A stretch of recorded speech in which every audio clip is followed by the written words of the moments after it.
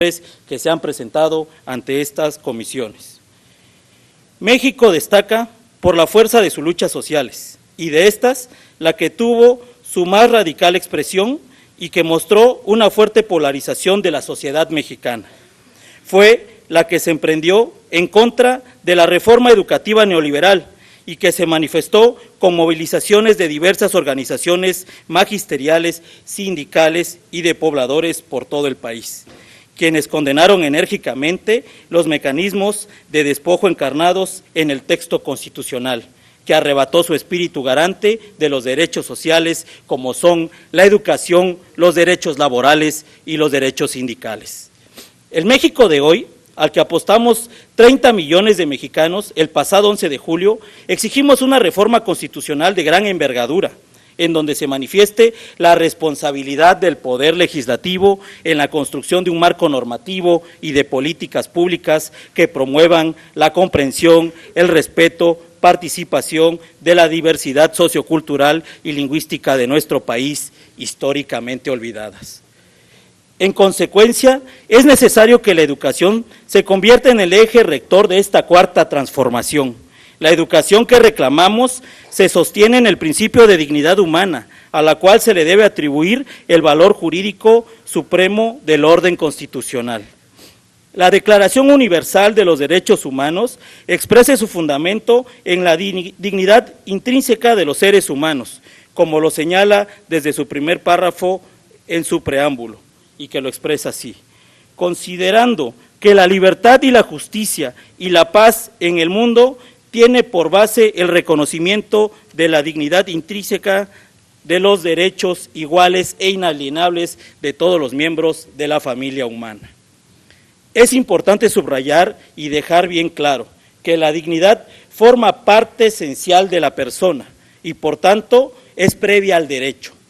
Si bien la dignidad no necesita reconocimiento jurídico para existir, sí ese reconocimiento será requisito imprescindible para la legitimidad del orden jurídico. México necesita dejar atrás la violencia extrema en la que hemos sobrevivido, la corrupción, la explotación y el despojo histórico que genera pobreza y desigualdad de manera sistemática. Solo con educación será posible transformar el país, pero sí y solo sí se establece como la más alta función del Estado. Por eso, el pueblo mexicano exige un sistema constitucional de garantías y que los derechos dejen de ser meras proposiciones declarativas y que la Constitución sea el instrumento para crear mecanismos de exigibilidad y justiciabilidad de estos. Consecuentemente, optamos por la iniciativa de reforma constitucional a los artículos 3 y 73, que sigue fielmente esta vocación garantista, que concibe a la educación como un derecho fundamental y un derecho habilitante que el Estado debe garantizar durante todas las etapas de la vida, en todos sus tipos, sus niveles, sus modalidades, sin ninguna forma de discriminación por motivos étnicos, sociales, lingüísticos, culturales, raciales, religiosos o por cualquier otro motivo que atente contra el principio de equidad. Por otro lado, es importante analizar el estado de excepción e injusticia laboral del que fueron objeto los trabajadores de la educación a partir de la reforma educativa del 2013, que no es otra cosa que la restricción al ejercicio y goce de los derechos laborales y sindicales. El estado de excepción supone un trato diferenciado y limitado del disfrute de los derechos humanos de los docentes. Por lo que vemos necesario recalcar la inmediata restitución de los derechos arrebatados a los trabajadores de la educación reconocidos en el artículo 123 constitucional para restablecer el espíritu del constituyente de 1917. Para concluir, debo señalar que la iniciativa de reforma constitucional presentada por el Ejecutivo y por las recientes minorías adolece de este novedoso paradigma de protección y en algunas partes inclusive puede calificarse como regresiva. Gracias, maestros, por no claudicar en la defensa de la educación pública. Gracias, maestros, por defender este gran país. El maestro luchando también está enseñando. Muchas gracias.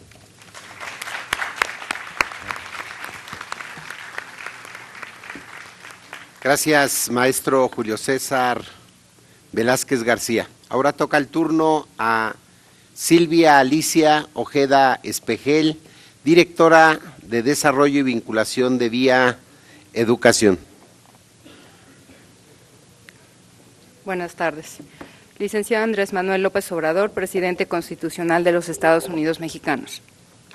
Honorable Congreso de la Unión, señoras, señores, y aunque no hay aquí, esta ponencia también va para nuestros niños, niñas, adolescentes y jóvenes. Agradezco la oportunidad de participar en este espacio y a continuación expreso algunas consideraciones con relación a la iniciativa planteada por el Ejecutivo para modificar los artículos 3, 31 y 73 de nuestra Carta Magna. Esta postura la formulo como especialista en educación con más de 15 años de experiencia en los ámbitos público, privado, internacional y ahora desde la sociedad civil. Como una persona preocupada y ocupada por el desarrollo sostenible de los niños, niñas, adolescentes y jóvenes de mi país, y también me presento ante ustedes como mujer y mamá de 2 niñas. Reconozco en la iniciativa presentada por el Ejecutivo la inclusión del término equidad, que significa para fines prácticos dar a cada persona lo que necesita para poder desarrollarse plenamente. Ese es uno de los fines de la educación. La Convención de los Derechos del Niño, instrumento internacional ratificado por nuestro país en 1990, señala que la educación del niño y la niña deberá estar encaminada a desarrollar la personalidad, las aptitudes y la capacidad mental y física del niño hasta el máximo de sus posibilidades, es decir, de cada niño, niña y adolescente. En la Convención también se señala el concepto toda persona. Cada ser humano es diferente, con intereses propios, con capacidades distintas, y la educación debe estar encaminada a lograr la mejor versión de cada individuo, para que a su vez estos individuos puedan asumir plenamente sus responsabilidades dentro de su comunidad y dentro de la sociedad en su conjunto. Por ello estoy convencida que es una omisión grave quitar del texto constitucional que el Estado garantizará la calidad de la educación obligatoria, de manera que los materiales y métodos educativos, la organización escolar, la infraestructura educativa y la idoneidad de los docentes y los directivos garanticen el máximo logro de aprendizaje de los educandos. ¿Cómo podemos desarrollar el máximo de las posibilidades de cada persona si no estamos comprometiéndonos con cada mexicano y mexicana a garantizar la calidad de su educación, sus materiales, sus métodos educativos, su organización escolar, sus docentes, directivos, para poder garantizarles el máximo logro de sus aprendizajes? Eliminar ese párrafo implica omitir el deber que tiene el Estado de asumir su responsabilidad y señalar claramente de qué manera logrará su cometido. La educación debe ser sinónimo de aprendizaje. La educación no solo son las escuelas, los estudiantes, los maestros y el resto de la organización escolar. La educación es todo eso y más en su conjunto. Todos somos educadores y a cada uno de los integrantes de la sociedad nos corresponde una tarea para que ese proceso funcione y que se logre el aprendizaje significativo. Educación significa aprender. Aprender significa avanzar, evolucionar, contribuir, participar y comprometernos todos a hacer un mejor país realizándonos como personas. Y esa tarea debe poner a las niñas, a los niños en el centro del proceso, y ese proceso empieza desde la primera infancia. Cada ser humano debe tener la capacidad y la posibilidad de elegir hasta qué nivel quiere llegar en sus estudios. No sé si todos quieren ir a la universidad, pero lo que sí sé es que el Estado debe garantizar que todos los que quieran acudir a ella y tengan las capacidades y conocimientos para estar ahí, puedan hacerlo, tal como lo dice la Convención. El Estado también debe garantizar que quien quiera estudiar un oficio lo pueda hacer y pueda vivir con dignidad de él, que quien desea vivir del campo pueda hacerlo, que cada persona se realice plenamente con lo que más disfruta hacer en la vida, aportando con un trabajo honrado a su comunidad y a conformar una mejor y más justa sociedad para todos. A partir de datos y de información precisa, cada nación debe proponer el tipo de formación terciaria que se necesita. Por eso también exijo que se mantenga la obligación del Estado de garantizar el desarrollo integral de las niñas y niños desde la educación inicial o primera infancia, es decir, desde los 0 años. Protegerlos desde nuestra Carta Magna asegura contar con una plataforma de inclusión y equidad en una etapa de la vida en la que es determinante cerrar las brechas de desigualdad. Hoy contamos con toda la evidencia científica, desde la psicología hasta la neurociencia, incluyendo al Premio Nobel de Economía del año 2000, James Heckman, de que la etapa más importante del desarrollo de un individuo es la primera infancia. Es en donde se forma el mayor número de conexiones neuronales de la historia de una persona y eso será determinante para su desarrollo. Cada peso que se invierte en la primera infancia tiene un alto retorno económico y social. Lo que no hagamos desde esta etapa de la vida nos costará 3, 4, 8 veces más corregirlo durante la niñez, la adolescencia y la juventud. Y ya lo dijo el activista afroamericano Frederick Douglass, es más fácil criar niños fuertes que reparar hombres rotos. Por eso hablamos de educación a lo largo de toda nuestra vida. Recordemos el informe a la UNESCO de Jacques Delors. Este documento nos da los elementos para trazar el camino de la educación para el siglo XXI. Los 4 pilares de la educación siguen siendo vigentes: aprender a conocer, aprender a hacer, aprender a vivir juntos, a vivir con los demás y aprender a ser, y aprender a lo largo de toda nuestra vida. Los aprendizajes adquiridos dentro y fuera de la escuela deben tener significado y valor para toda la sociedad. Esto también implica ampliar el enfoque de inclusión para establecer desde la Constitución una educación que responda y promueva la diversidad, visibilizar la discapacidad, a los pueblos originarios, a los afrodescendientes, a los jornaleros agrícolas migrantes y a todos aquellos a quienes hemos invisibilizado durante siglos, representa una oportunidad para este gobierno. Hablar de interculturalidad y de educación intercultural nos confirma que todos tenemos derecho a conocer y debemos aprender a respetar las diversas culturas que existen en nuestro país y en el mundo. En efecto, es obligación del Estado identificar y eliminar cualquier barrera para el aprendizaje y la participación de la educación de todos y todas. Señoras y señores, los invito a ver la educación como un proceso en el que todos formamos parte, en donde todos y cada uno de nosotras y nosotros tenemos una responsabilidad que cumplir. Desafortunadamente sabemos que la educación no es suficiente para el desarrollo pleno de una nación y para generar bienestar. Requiere, entre muchos otros elementos, de la concurrencia de los esfuerzos de distintos sectores del gobierno, así como del apoyo de otros actores sociales, por lo que hay que sumar esfuerzos y trabajar juntos para lograr esta enorme tarea. Aprender es un derecho habilitante, ya que permite el ejercicio de otros derechos, y necesitamos a los mejores profesionales al frente de esta gran encomienda.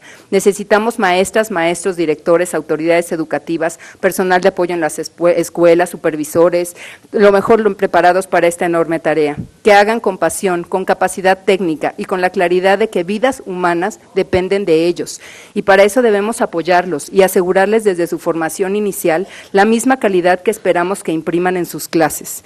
El Estado debe brindarles una formación inicial y continua de calidad, incluyente en todas las regiones del país. A los profesionales de la educación hay que acompañarlos en esta gran tarea, pero también hay que garantizar para ellos y para todos los ciudadanos que existen procesos claros, justos y transparentes, tanto para su ingreso como para su promoción dentro del sistema educativo nacional. Es crucial salvaguardar la existencia de un instituto autónomo calificado que evalúe con rigor las políticas educativas, que produzca información confiable y monitoree en qué medidas se está garantizando el derecho a aprender de las niñas, niños, adolescentes y jóvenes de cada rincón de nuestro país. Cualquier cambio a la Constitución que hable de un derecho debe ser para progresar, para avanzar y para mejorar. Por eso estoy aquí, porque considero que debemos y podemos construir de manera conjunta el mejor marco normativo para garantizar el derecho a la educación. Por lo anterior, hago este llamado, señoras y señores diputados de las comisiones de educación y puntos constitucionales en particular, así como a las demás personas que conforman el cuerpo legislativo en general, a responder a su mandato y hacer los ajustes necesarios para garantizar el derecho a la educación, es decir, el derecho al aprendizaje, desde todas las niñas, niños, adolescentes y jóvenes de este país, para que alcancen su máximo potencial.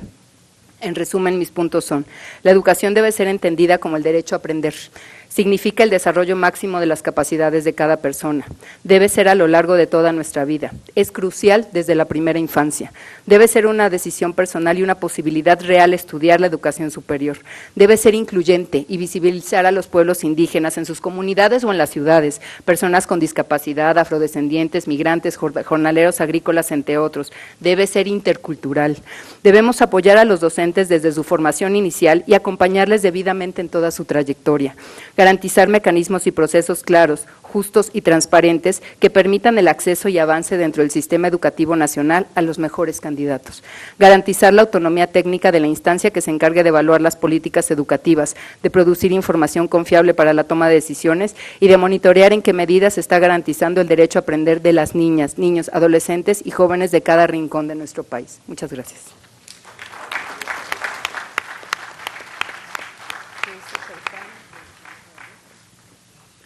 La base de nuestros sistemas políticos es el derecho del pueblo a hacer y modificar sus constituciones de gobierno. George Washington. Solicitamos la presencia de Ricardo Díaz Cervantes, docente frente a grupo en 3 escuelas secundarias de la Ciudad de México.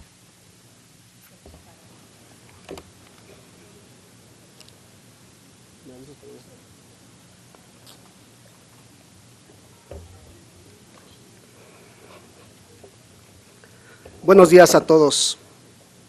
Integrantes de la Comisión de Educación y Puntos Constitucionales, doy las gracias por mi participación a esta audiencia pública, plural, aquí en esta Casa del Pueblo, ya que en las anteriores legislaturas no había esa oportunidad.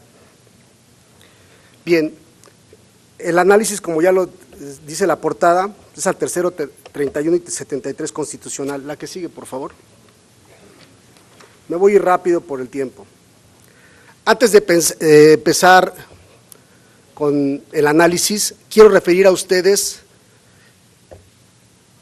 por lo que ha atravesado la educación física y el deporte del año 2000 a la fecha de manera breve. Espero ser puntual.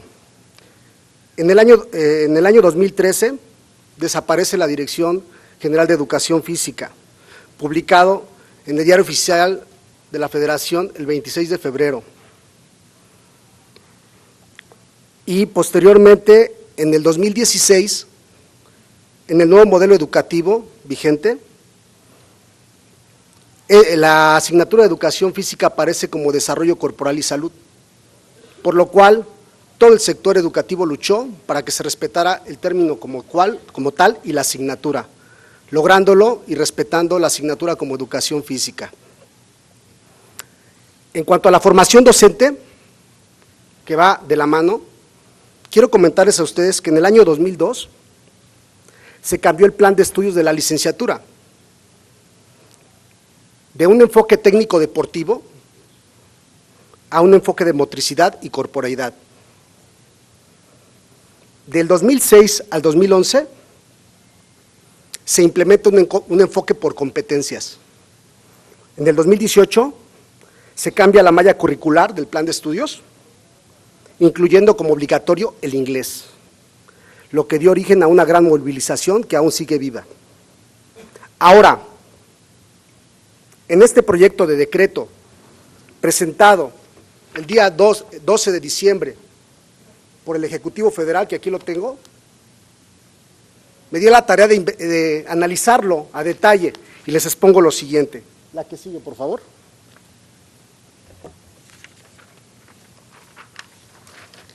En adición al párrafo 4 del artículo 3 constitucional, en el cual, entre otros, se cita lo siguiente, que la educación que se imparte en el país deberá incluir activación física, deporte. Al respecto, cito lo siguiente. La activación física está incluida desde hace muchos años en las escuelas de todos los niveles, y esta es de carácter técnico y no profesional. Incluye rutinas de movimiento encaminadas al mantenimiento del cuerpo, nada más. Cualquier profesor de Zumba puede hacerlo, con respeto a su formación. En cambio, la educación física es una disciplina educativa de formación profesional, universal, que contribuye al cuidado y preservación de la salud en el desarrollo integral y armónico del ser humano. Por lo tanto, la educación que se imparta en el país tiene que incluir de manera obligatoria la educación física y el deporte, y no la activación física, deporte, ya que el término activación física es de menor alcance y sigue minimizando la labor docente del educador físico con miras a desaparecerlo, denotando continuidad a la postura neoliberal de la educación en el país. La que sigue, por favor. Propuesta. Por todo lo anterior y obviamente como el punto medular es la educación física en la Constitución, de ahí se va a desprender todo lo que sigue, todas las políticas educativas, digo lo siguiente: se tiene que crear una subsecretaría, dirección, departamento, coordinación de educación física y deporte en la Ciudad de México, donde fue quitada del 13, como mencioné, que se encargue entre sus funciones de la elaboración de planes y programas diseñados por docentes de clase directa y no especialistas de escritorio, ya que conocemos las necesidades reales educativas, y a su vez que los puestos directivos correspondan a docentes, profesores honorables con el perfil correspondiente, experiencia y conocimiento amplio de la materia, y no por compadres o amigos. Quiero citar algunos datos de la OCDE, Organización para la Cooperación y Desarrollo Económico. México ocupa el primer lugar en obesidad en los países que la integran, que son 35 en la cita que busqué. Y en la encuesta nacional de salud y nutrición, cito del año 2000 acá para que vean la diferencia, se tenía el 61.8% de obesidad en la población de todo el país. Al 2016, que es la última cita, tenemos el 73%, 12% más en 15 años. 7 de cada 10 adultos, 4 de 10 jóvenes y 1 de cada 3 niños. La UNICEF, Fondo de las Naciones Unidas para la Infancia, dice lo siguiente: México ocupa el primer lugar mundial en obesidad infantil y segundo en obesidad en adultos. La solución no está en incluir la activación física en la Constitución como remedio. Si realmente se piensa en el progreso del país, se debe incluir como obligatoria la educación física y el deporte diariamente en las escuelas, para batir la obesidad y sobrepeso, acompañada de una buena alimentación. Por lo tanto, la siguiente, por favor, concluyo con lo siguiente. En la intervención del secretario de Educación, aquí mismo el día 28 de enero del presente, citó lo siguiente en referencia al tema: se incluirá el deporte educativo, omitiendo el término de activación física, que en el texto que les mostré, que es la propuesta de decreto, lo señala. Quiero pensar que se le olvidó,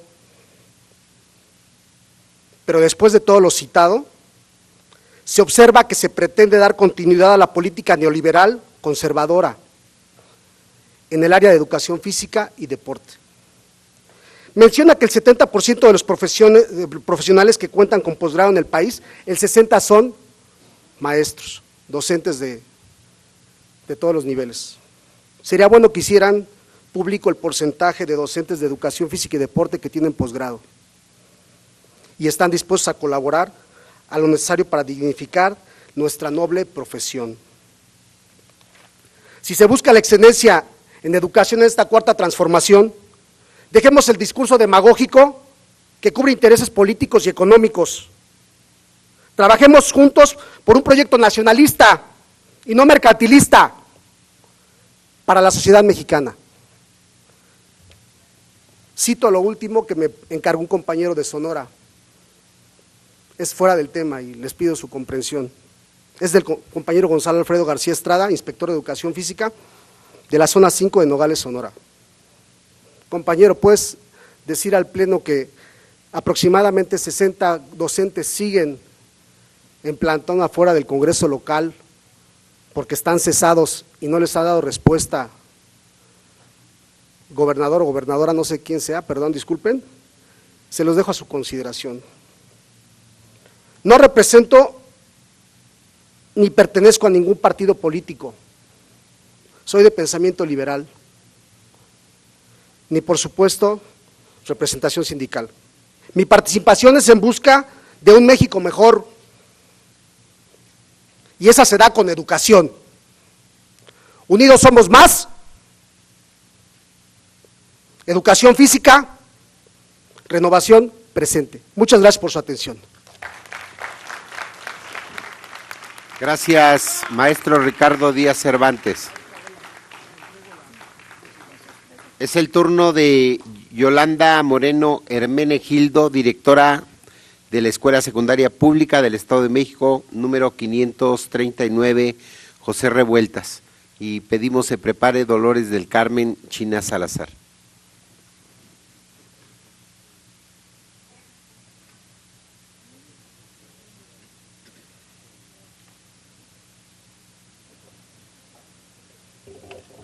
Gracias.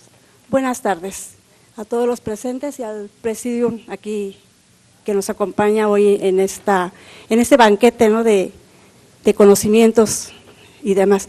Yo estaba nerviosa hace un rato, pero ahora estoy más viendo la talla de los académicos con los que me estoy codeando, ¿no? Yo, una simple profesora de educación secundaria.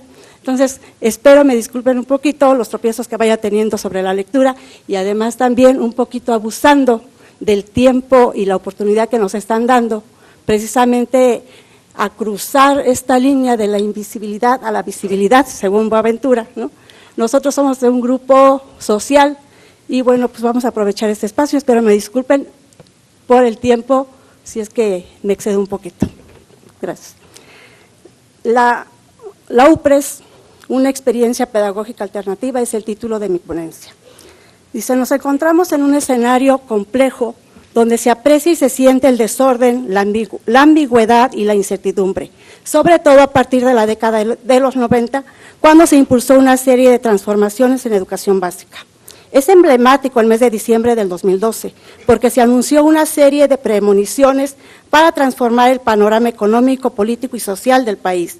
Estas transformaciones afectarían en gran medida al ámbito educativo, ya que fue uno de los sectores considerados como estratégicos para desarrollar los cambios más importantes para el desarrollo económico. Ante este panorama se advierte que lo pedagógico juega un papel muy importante en la construcción social y al mismo tiempo se nos presenta como una posibilidad para contrariar los efectos de las reformas que actualmente protagonizan el escenario educativo.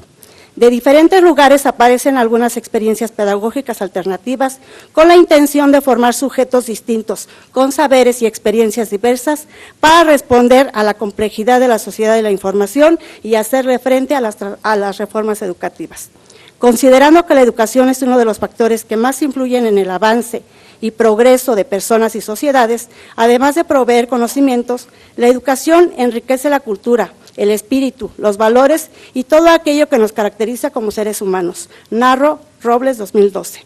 La educación escolar se enriquece con los conocimientos y las experiencias previas. Del mismo modo, cuando las prácticas escolares trascienden las paredes de las instituciones, transforman el entorno social en el que se desenvuelven los sujetos involucrados en el proceso educativo. Por su relevancia en todos los aspectos de la vida de los sujetos y de las sociedades, en momentos diversos de la historia, es necesario destacar que se le conceden distintas intenciones, sentidos y significados a la educación. Los griegos decían que la educación consiste en formar al hombre sucesivamente mediante la gimnasia y la música, que abraza en un sentido general todas las artes. Inspirada por las musas, comenzará esta educación por la música y por la parte que comprenden los discursos. Platón arregla con cuidado escrupuloso todos los elementos de los primeros discursos que se dirigirán a los guerreros jóvenes, a saber, el fondo, la forma, la armonía y el ritmo. Platón, 1872. En este sentido, la educación pretende formar un ideal de hombre sano del cuerpo y del alma, pues la gimnasia fortalece el cuerpo y con el arte se revive el alma. Este ideal de hombre corresponde a un ideal de mundo y de sociedad. Desde esta orientación se deduce que se aspira a una sociedad más justa y buena. La educación vista desde esta perspectiva puede representar una posibilidad para recuperar el sentido de humanidad, justicia y felicidad, al que aspiraba Kant y que podría ser una alternativa educativa para suavizar la aspereza del contexto social actual y humanizar el eficientismo y la competitividad de la propuesta educativa que está transformando la práctica educativa del alumno y de los docentes en particular. Para entender el significado real de la educación entre los griegos, Platón refiere la caverna como el mundo perceptible que corresponde al ámbito de lo que se ve con los ojos. El fuego de la caverna simboliza al sol y este representa la idea del bien. Las sombras son las opiniones y finalmente la salida de la caverna hacia la luz corresponde el avance al pensamiento. Tras haber abandonado la caverna se enfrenta el alma a los seres vivos, a las estrellas y al mismo sol. Solo fuera de la caverna se aprecia la verdad, la verdadera justicia, y es posible una vida auténtica y realmente feliz. Para Platón, el significado de educación no era el simple proceso de transmisión de ideas y de información, sino que para el acceso al conocimiento y las enseñanzas para llegar a la verdad, se tenía que superar el sentido común y entender que hay algo más allá de la oscuridad y las imágenes que se proyectaban en la caverna. Entre los griegos, quienes recibían la máxima educación eran los filósofos, porque deben llevar sobre sus hombros la responsabilidad del manejo del Estado, de lo que se deduce que para gobernar se tiene que ser filósofo, y si se es filósofo, se tiene la cualidad y la capacidad para gobernar. Platón dice que la única manera, el único camino acertado que existe para llegar a esta categoría de gobernante, es decir, alcanzar el conocimiento más real, puro y verdadero, era mediante la educación.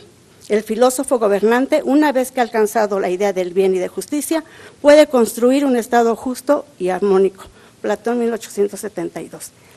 En la República de Platón se representa a Dios como un ser esencialmente bueno y benéfico, incapaz de ningún mal, autor de todo bien, que no engaña, que no muda, lo cual no puede faltar ni debilitar la perfección.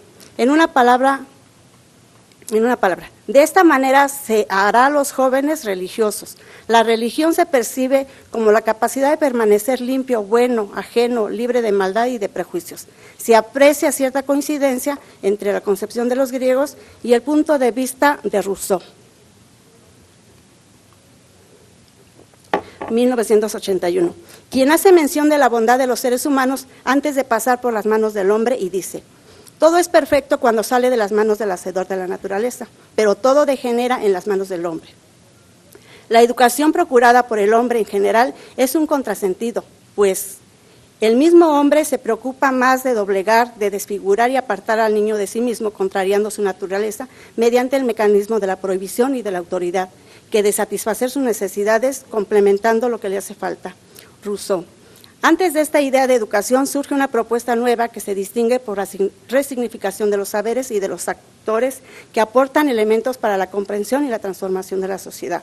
Hasta aquí, la educación no se reduce a la pura transmisión de conocimientos e información. La educación tiene un sentido más amplio y complejo, ya que implica un proceso que inicia antes de llegar a la escuela y no se reduce a las cuatro paredes del aula. Además, implica saberes, conocimientos, experiencias, juicios, prejuicios y revelaciones que le ocurran al individuo en el tránsito de la ignorancia al conocimiento. En este sentido, Kant sostiene que el hombre es la única criatura que ha de ser educada, entendiendo por educación los cuidados, la disciplina y la instrucción, juntamente con la educación. Según esto, el hombre es niño pequeño, educando y estudiante, y agrega que a diferencia de los animales que no necesitan ningún cuidado, el hombre tiene necesidad de cuidados y de educación. La educación comprende la disciplina, la instrucción.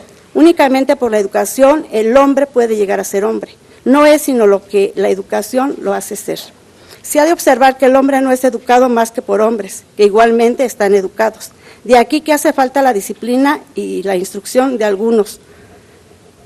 Lo hace también, a su vez, ser malos educadores de los alumnos. Luego, entonces, la educación es un arte que tendrá que ser perfeccionado de generación a generación para no cometer los mismos errores, y cada generación se proveerá de los conocimientos de las anteriores, lo que permite realizar constantemente una mejor educación. De este breve recorrido teórico sobre la concepción de educación se entiende que hay formas distintas de mirarla. Para unos es la adquisición de conocimientos y de experiencias, para otros es la posibilidad de reflexionar y de pensar, o bien de construirse frente al otro y con los otros. La educación puede ser privada o pública.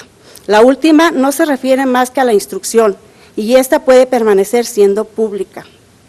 En la educación privada, cuidan o bien los mismos padres o bien otras personas que son auxiliares asalariados, cuando aquellos no tienen tiempo, habilidad o gusto por el cuidado de los niños. Pero en la educación dada por esto se presenta la difícil circunstancia de hallarse dividida la autoridad entre los padres y los ayos, como se advierte con Rousseau. El niño debe regirse por las instrucciones de los ayos y seguir al mismo tiempo los caprichos de los padres. La educación pública tiene aquí sus más evidentes ventajas, pues en ella se aprende a medir sus fuerzas y las limitaciones que impone el derecho del otro. No se disfruta de ningún privilegio porque se halla resistencia por todas partes y no sobresale más que por el mérito propio. Es la educación que mejor imagen da del futuro ciudadano. La instrucción es la parte positiva de la educación pública. El hombre necesita de la formación escolástica o instrucción para llegar a alcanzar todos sus fines. Le da un valor en cuanto a sí mismo como individuo. La educación hace mejores ciudadanos. Sería arriesgado y probablemente absurdo, pero al mismo tiempo innovador, rescatar de los antiguos valores, los ideales, los principios y las formas diversas de educación que hasta el momento aquí se han expuesto. Maestra. Porque innovación no viene de lo nuevo respecto de lo viejo, más bien viene de lo alternativo como posibilidad de alternar frente a lo hegemónico o lo instituido. Le solicitamos, concluya, maestra, Sí. por favor. Gracias. Desde esta perspectiva, se deduce que la formación es parte de las ciencias humanas o del espíritu, porque el ser espiritual tiene que ver con el trascender de lo particular para ir en busca de la colectividad.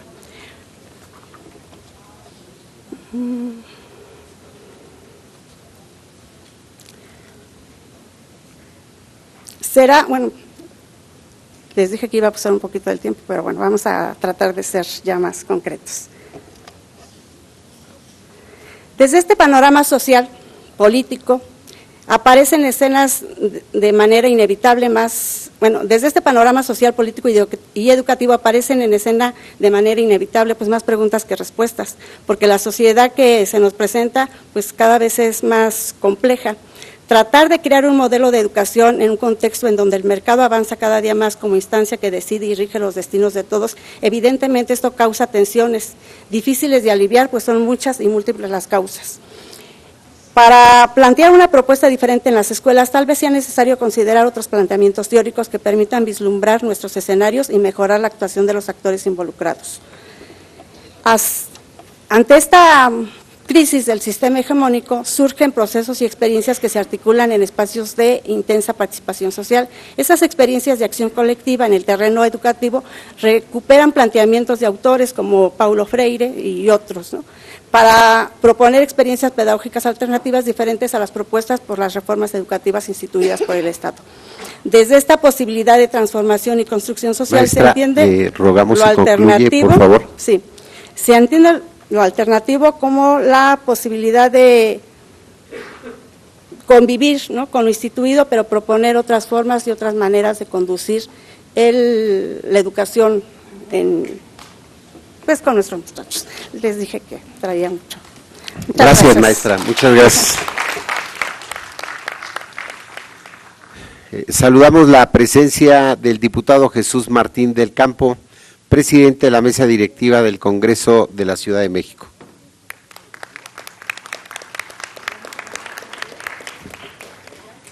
Toca el turno a Dolores del Carmen Chinas Salazar, doctora en Ciencias Sociales y profesora de tiempo completo en la Universidad de Guadalajara. Cuenta hasta con 10 minutos, doctora. Gracias. Agradezco a la Comisión de Educación y Puntos Constitucionales, así como a todas las colegas y los colegas que nos encontramos hoy para conversar sobre un aspecto fundamental que es el tema de la reforma educativa.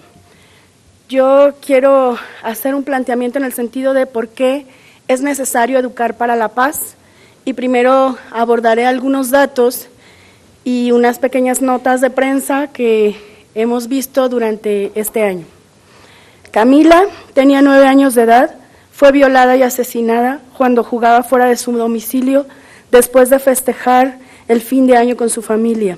Fátima, le faltaban 12 metros para llegar a su casa, tenía 12 años de edad y fue violada y asesinada por vecinos. Giselle tenía 11 años, fue a hacer la tarea en un ciber y el dueño la retuvo con engaños, abusó de ella, le quitó la vida y dejó su cuerpo en un paraje.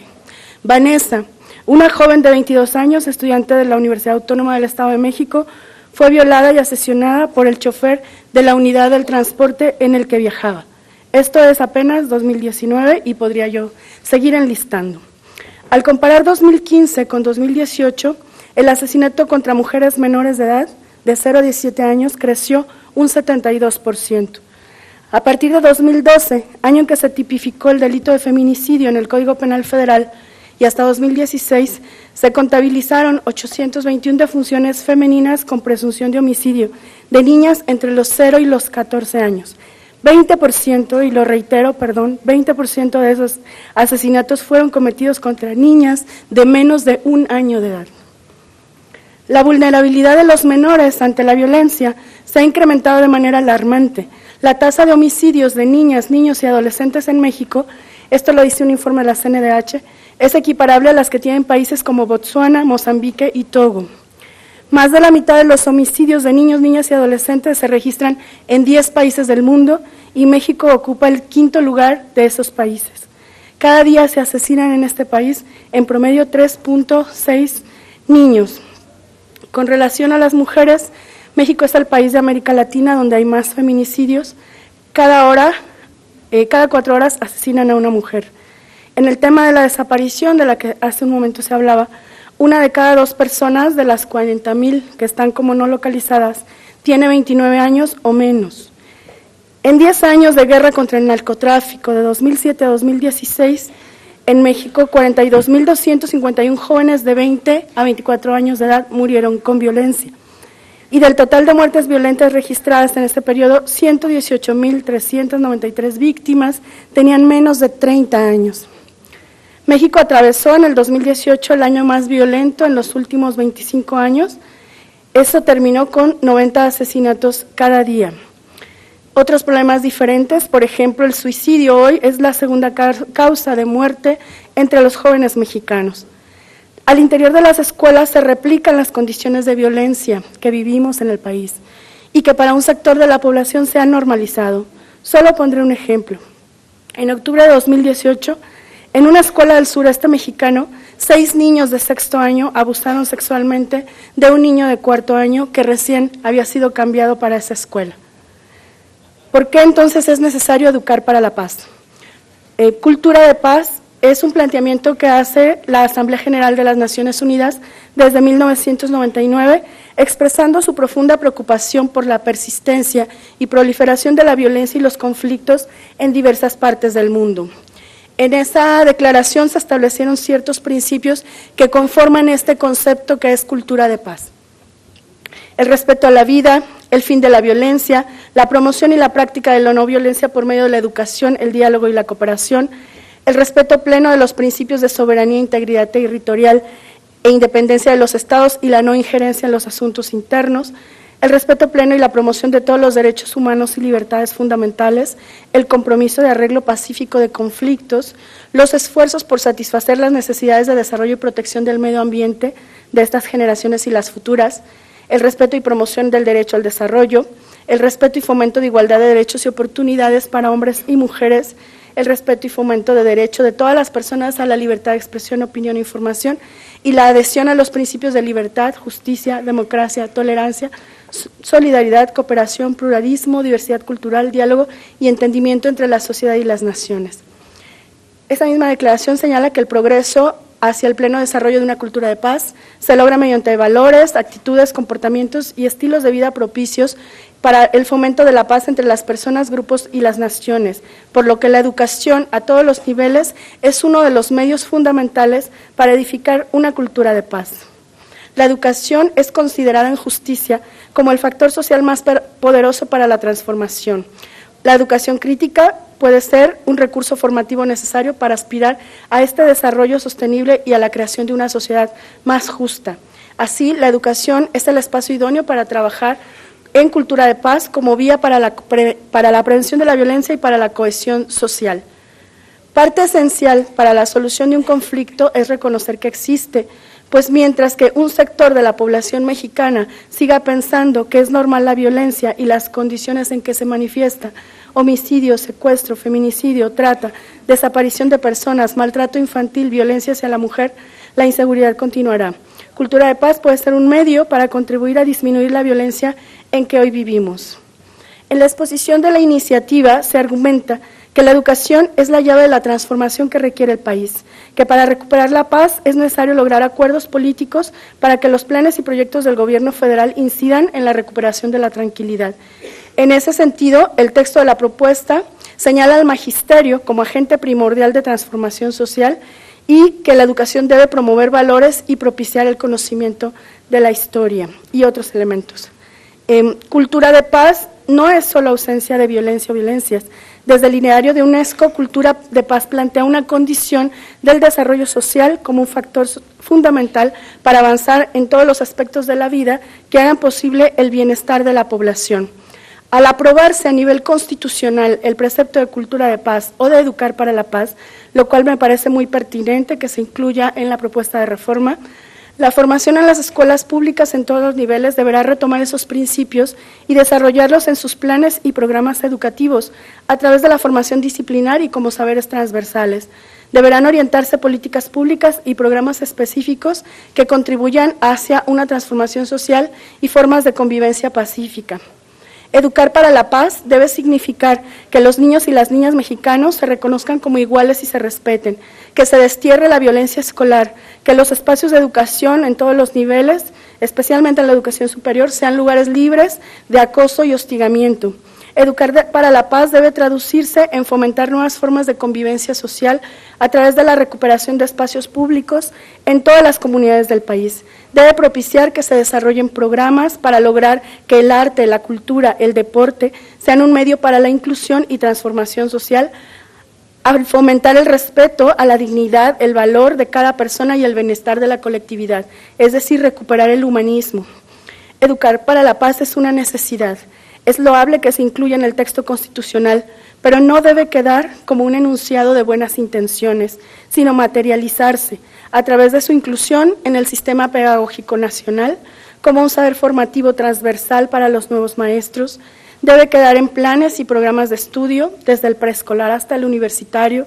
Debe traducirse en acciones y políticas públicas que incidan en el vínculo con la comunidad y la recuperación de la tranquilidad en las calles, las escuelas y los hogares mexicanos, en la comprensión de que sin paz no es posible lograr el desarrollo y que la paz y la tranquilidad son fruto de la justicia. La cultura de paz también tiene que salir del aula, por decir así, y replicarse en todos los espacios comunitarios y extraescolares que sea posible, donde se trabaje especialmente con niños y jóvenes, por ejemplo, en bibliotecas públicas, en cursos de verano, en casas de cultura. Hay algunos elementos para trabajar los temas de cultura de paz. Los talleres de arte son una manera muy idónea para que de forma lúdica los niños y las niñas se apropien de este contenido. Puede haber o es necesario que todo se fomente a través del trabajo colaborativo, que se sitúe el entorno donde se encuentran los menores, que se establezcan como precepto reconocer que la violencia e inseguridad en que vivimos no es normal, pero que también aún los niños y las niñas más pequeños pueden pensar en aportar soluciones y construir otras formas de relación social alejadas de la violencia para mejorar la convivencia entre todas y todos los mexicanos. Muchas gracias.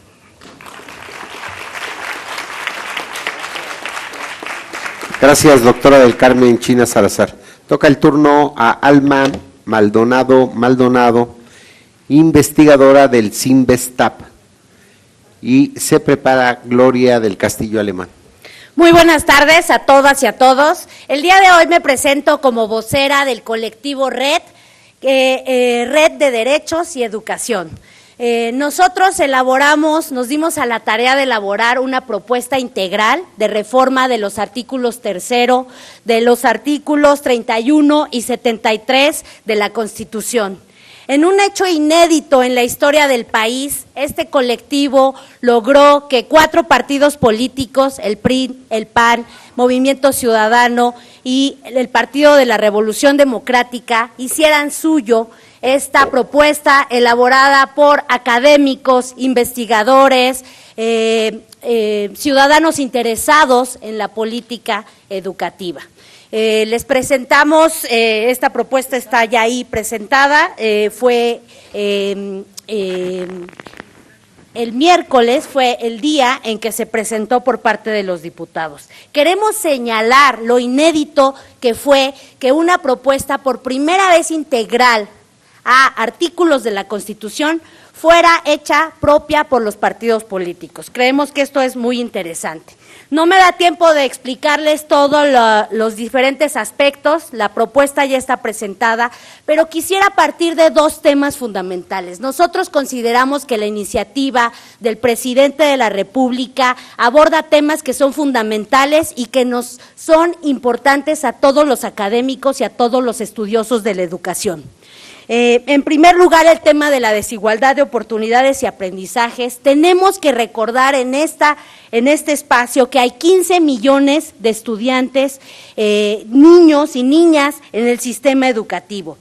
Dice la UNICEF, y me voy a permitir leer esta parte que nos parece muy importante, que la educación debe girar en torno a los niños, les debe ser favorable y los debe habilitar. La educación a que tienen derecho todos los niños es aquella que concibe prepararlos para la vida cotidiana, fortalecer sus capacidades de disfrutar todos los derechos humanos y fomentar una cultura en la que prevalezcan unos valores de derechos humanos adecuados. El objetivo es habilitar a los niños desarrollando sus aptitudes, su aprendizaje y otras capacidades, su dignidad humana, autoestima y confianza en sí mismos. Y la pregunta aquí hoy, señores, señoras, es: ¿la educación en México está logrando esto? ¿Está garantizando esto hoy la educación en nuestras aulas y en nuestras escuelas? Esto es parte del enfoque de la iniciativa que nosotros estamos presentando como colectivo. Las evidencias que tenemos nos señalan que de los 15 millones de estudiantes que hay hoy en las aulas, prácticamente la mitad no adquiere los conocimientos y los aprendizajes necesarios. Existen las evidencias que nos muestran esto. Nosotros abordamos el tema de la calidad educativa desde la ONU y desde el planteamiento que se hace con los objetivos del desarrollo sostenible. No podemos eliminar ese debate sobre cuál es la calidad de la educación y sobre todo viniendo de un organismo como la ONU, impulsándolo a nivel internacional. El otro tema que queremos destacar de la propuesta presidencial, en el que todos somos sensibles, es el reconocimiento de los docentes como agentes de cambio social. Creo que estamos claros que es muy importante que los maestros además se han visto vulnerados por políticas anteriores, y es muy importante pensar que hoy en día tenemos un problema en el sistema educativo respecto a la formación de los docentes.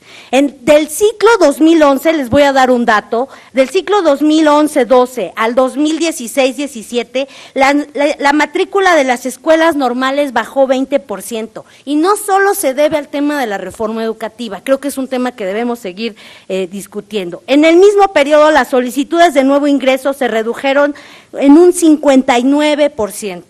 Ser maestro debería de ser una aspiración para nuestros mejores estudiantes en la educación superior, y por eso tenemos que mandar el mensaje. Ser maestro es una profesión respetada. Ser maestro, si yo me educo, si yo me preparo, entonces voy a tener las posibilidades de seguir accediendo y seguir promoviéndome en un sistema. No podemos mandar mensajes en el sentido contrario ante esta situación. Necesitamos a nuestros mejores maestros. La evidencia hoy en día nos dice que los mejores maestros son, y que los maestros son el actor clave para mejorar los sistemas educativos. Nos los dice la evidencia en todo el mundo. La propuesta que hoy les presento y que ya hemos dado a conocer, la hemos denominado MMI. Mejora, mantiene e innova. Estos son los puntos que nosotros hemos presentado. En particular quiero señalar algunos brevemente. En la parte de innovación, porque consideramos que si bien la propuesta del presidente es muy importante y aborda aspectos relevantes, nosotros estamos complementando y proponiendo otros temas que también son muy importantes y que dejó de lado la propuesta presidencial. Incorporamos nosotros un enfoque, como ya lo dije, de derechos humanos e igualdad sustantiva, nuevos principios y propósitos de la educación, incorporamos consejos consultivos en materia educativa, derecho a la ciencia y a gozar de los beneficios del desarrollo científico y sus aplicaciones. También nosotros estamos innovando en el sentido de que estamos proponiendo un reconocimiento de educandos como titulares del goce y efectivo ejercicio del derecho de la educación. el reconocimiento de los docentes como agentes primordiales en la calidad y la transformación de la educación. El carácter, esto es muy importante y por favor tomen nota, el carácter local, contextual y situacional del proceso educativo, una demanda que ha sido muy importante en estos tiempos. Y por supuesto la obligación del Estado a impartir la educación superior, que no significa hacerla obligatoria, porque creo que ese debate también lo tenemos que dar y mañana estarán aquí los rectores presentando seguramente y hablando de estos temas. En la parte de mejora, nosotros proponemos ejes que son clave, y ya mencioné algunos, tiene que ver con la calidad, con la inclusión, aquí se ha hablado mucho del tema de la inclusión, y lo estamos señalando como punto clave. La equidad, por supuesto, estamos poniendo un énfasis de carácter pedagógico, no laboral, y la eliminación de los efectos y las connotaciones punitivas de la evaluación.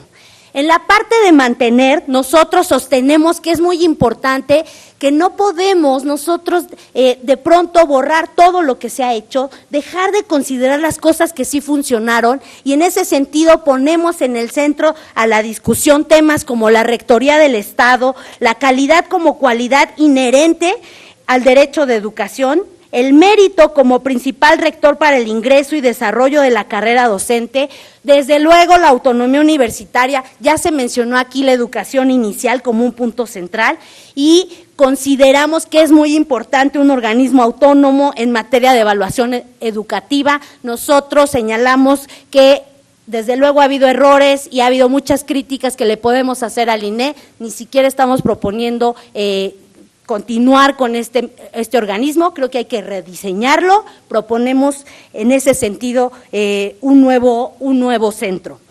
Por último, quisiera señalar y hacer énfasis en 4 temas muy rápidos. El primero de nuestra iniciativa es la importancia de la educación inicial. Creo que ese tema no lo podemos dejar de lado, es muy relevante y esperemos que haya sido solo un error de la propuesta del presidente. La formación inicial de los docentes y las normales, nosotros estamos yendo a fondo en nuestra propuesta y estamos diciendo que es momento de que discutamos la autonomía de gestión de las normales y es momento de que discutamos cómo les vamos a dar libertad académica a las normales. Dejemos de tratarlas como instituciones de segunda, son instituciones de educación superior y merecen que las tratemos como tal. En otro tema destacamos la interculturalidad, no como un tema exclusivo de las comunidades indígenas, esa visión ya tiene que estar superada, la interculturalidad la tenemos que tener como una característica en todo el sistema educativo y para todos debemos de aprender a convivir con el otro, a respetarlo y a conocerlo. Y finalmente, desde luego, la autonomía universitaria, que como dije, es un tema para nosotros central y que seguramente estará ahí. Hacemos votos porque en efecto, como dijo el secretario de Educación, en esta ocasión no se repitan los errores de antaño, se discute esta propuesta por consenso y que además hagamos este esfuerzo de ponernos de acuerdo y de ver cuáles son aquellos puntos en los que estamos todos de acuerdo. Esta propuesta que presentamos como colectivo Red va por las niñas y los niños de México. Muchas gracias.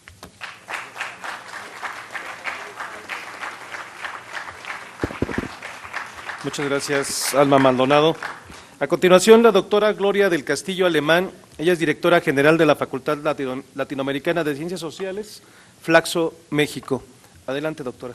Muchas gracias. Bueno, saludo a los miembros de las comisiones de Educación y Puntos Constitucionales y quiero agradecer la oportunidad de permitirme participar en este gran foro. Para iniciar